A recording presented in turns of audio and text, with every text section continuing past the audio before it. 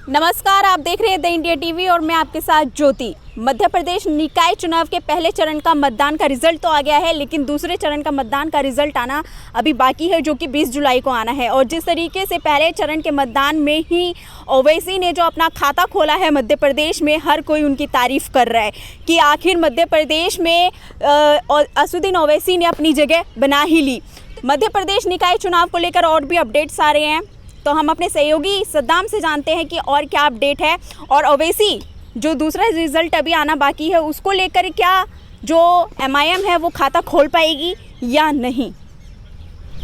देखिए ज्योति, जैसा कि आप पहले भी कह चुके हैं कि किस तरह से असदुद्दीन ओवैसी साहब जो है अपने दमखम के साथ उन्होंने रैलियां की और 4 सीट जीतकर हासिल की, लेकिन सवाल अभी भी जो है वहां पर पेचीदा है और पेच फंसा हुआ है। किसको लेकर? डिप्टी मेयर को लेकर कि कौन डिप्टी मेयर होगा, क्योंकि जो असदुद्दीन ओवैसी साहब की जो पार्टी है 4 सीट जीत करके हासिल कर ली है, लेकिन कयास ये भी लगाया जा रहा है कि जो किंग मेकर की भूमिका जो निभाने की बात हो रही है वो असदुद्दीन ओवैसी साहब की हो रही है। और उसके बाद एक सीट जो है आम आदमी पार्टी के पास है और तमाम जो कांग्रेस के पास भी 205 सीटें हैं और 369 सीटें भारतीय जनता पार्टी के पास है। लेकिन MIM को जो 4 सीटें मिली है और कहा जा रहा है कि हमें कहीं ना कहीं मेयर का जो डिप्टी मेयर होता है उनका जो है पद दिया जाना चाहिए, चाहे असदुद्दीन ओवैसी साहब की जो 4 पार्टी जीते उसमें से किसी एक का होना चाहिए, और इस पर कहीं ना कहीं पेच फंसा हुआ। लेकिन दूसरी तरफ अगर हम बात करें तो किस तरह से जो है वहाँ पर असदुद्दीन ओवैसी साहब अपने कई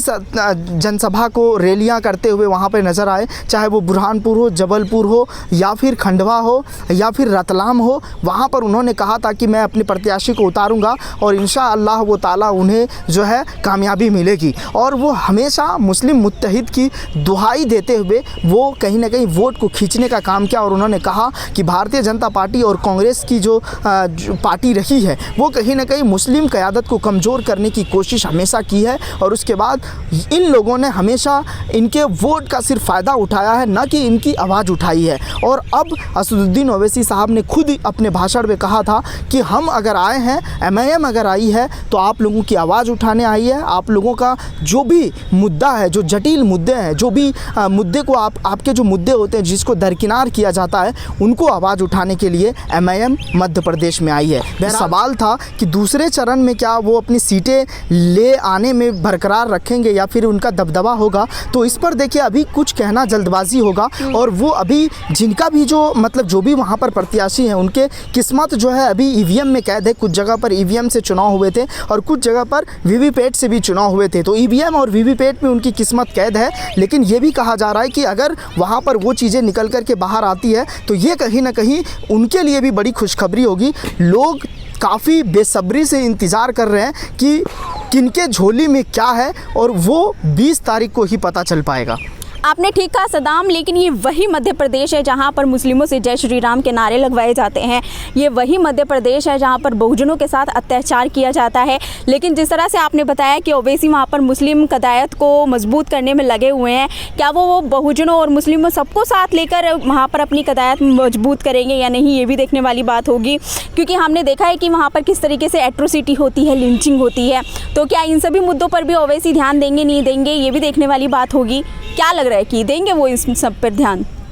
बिल्कुल, जैसा कि आपने कहा कि किस तरह से ये वही मध्य प्रदेश है जहाँ पर मुस्लिम को किस तरह से जय श्री राम के नारे लगाने पे लोगों को वहाँ पीटा जाता है। लेकिन अगर हम दूसरी तरफ बात करें तो क्या असदुद्दीन ओवैसी साहब इसको लेकर आगे बढ़ेंगे? देखिए, हमेशा से वो आवाज़ उठाते हुए नज़र आते हैं, वो कहीं चूकते नहीं हैं, और संसद में भी वो जाते हैं तो एक कहीं ना कहीं गरजते हुए नज़र आते हैं। लेकिन अगर इन सब सारी चीज़ों को लेकर बात करें तो देखिए, बहुजन समाज पार्टी भी वहाँ पर 2 सीटें लेकर आई है, लेकिन बहुजनों की जो तादाद है वहाँ पर और मुस्लिमों की जो तादाद है, अगर वो एकजुट होकर या फिर जो है एकजुट या गठबंधन होकर के इन सब सारी चीज़ों को लेकर बात होती है तो कहीं ना कहीं भारतीय जनता पार्टी को तभी मुंह के खाने गिरने पड़ेगी। लेकिन भारतीय जनता पार्टी को इससे जो है कहीं ना कहीं जो निकाय चुनाव हुए हैं मध्य प्रदेश में वो कहीं ना कहीं काफ़ी जो है उनके लिए सरदर्द खड़ा कर दिया है, क्योंकि उनका जो ग्वालियर एक मतलब वर्चस्व और गढ़ कहा जाता था वो खुद 57 साल के बाद हार जाते हैं। तो ये कहीं ना कहीं जो इशारा हो रहा है भारतीय जनता पार्टी के ऊपर या चुनौती चुनौती जो बढ़ रहा है, चाहे वो कांग्रेस आरोप लगाती रही है कि जो है असदुद्दीन ओवैसी साहब भारतीय जनता पार्टी को फ़ायदा पहुंचाने के लिए वहां पर निकाय चुनाव लड़े थे, लेकिन अगर असदुद्दीन ओवैसी साहब जो उनके फेसबुक हैंडल है उनसे वो शेयर करते हुए वोट शेयर उन्होंने शेयर किया था बुरहानपुर का, कि आम आदमी पार्टी को भी वहाँ काफ़ी ज़्यादा वोट मिले थे और भारत जो बहुजन समाज पार्टी है उनको भी वोट मिले थे, तो वो कहीं ना कहीं जो है वो ये इस बात को दरकिनार करते हुए नजर आए और खारिज करते हुए नजर आए कि एमआईएम के वजह से कांग्रेस वहाँ पे नहीं पिछड़ी। एमआईएम के वजह से अगर पिछड़ती तो इतने जो वोट कटे हैं, देखिए बाहर से लोग वोट करने नहीं आते, जितनी जनसंख्या है उसी में से लोग वोट करते हैं। अगर और भी कोई पार्टी वहाँ पर चाहे क्षेत्रीय पार्टी हो और वहाँ पर वो जाकर अपना वर्चस्व कायम करते हैं तो उसी जो वोट है और जितनी जनसंख्या उसी में से वोट खिसकेंगे। बाहर से लोग वोट तो करने नहीं आएंगे या फिर वहाँ तुरंत पैदा भी नहीं होंगे, और ये कहीं ना कहीं जो है उसी में से, यानी भारतीय जनता पार्टी और जो कांग्रेस के बीच जो टक्कर होती थी वो कहीं ना कहीं वही वोट जो है खिसक कर चाहे वो एमआईएम में शिफ्ट हो गई हो या फिर आम आदमी पार्टी में शिफ्ट हो गई हो या बहुजन समाज पार्टी को 2 सीट वहाँ जो मिली उनमें शिफ्ट हो गई हो। तो ये कहीं ना कहीं बहुत बड़ी बातें हैं और असदुद्दीन ओवैसी साहब के लिए बहुत ही बड़ी खुशखबरी है, उनके समर्थकों के लिए बहुत बड़ी खुशखबरी है। मध्य प्रदेश का जो निकाय चुनाव हुआ है, दरअसल क्योंकि यकीनन इस बात को मान लिया जाए कि 2023 की जो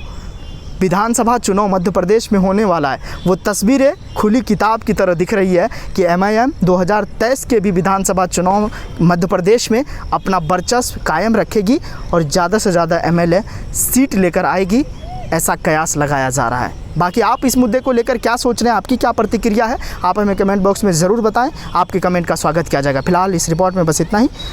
बाकी हमें और ज्योति को दीजिए इजाज़त। नमस्कार। चैनल को लाइक, शेयर एंड सब्सक्राइब करें और बेल आइकन दबाना ना भूलें।